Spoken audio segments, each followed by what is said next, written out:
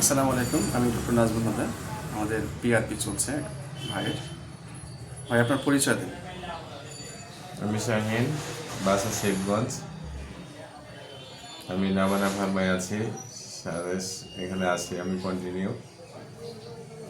স্যারের পরামর্শে আমি মাথায় আমার টাক হয়ে গেছে, এটার জন্য স্যারের পরামর্শে স্যারের ট্রিটমেন্ট নিচ্ছি। আচ্ছা, এই যে পিআরপি যে করতেছে, আমরা যে ইঞ্জেকশন দিচ্ছি, এটাতে আপনার ব্যথা কেমন লাগছে? ব্যথা হালকা।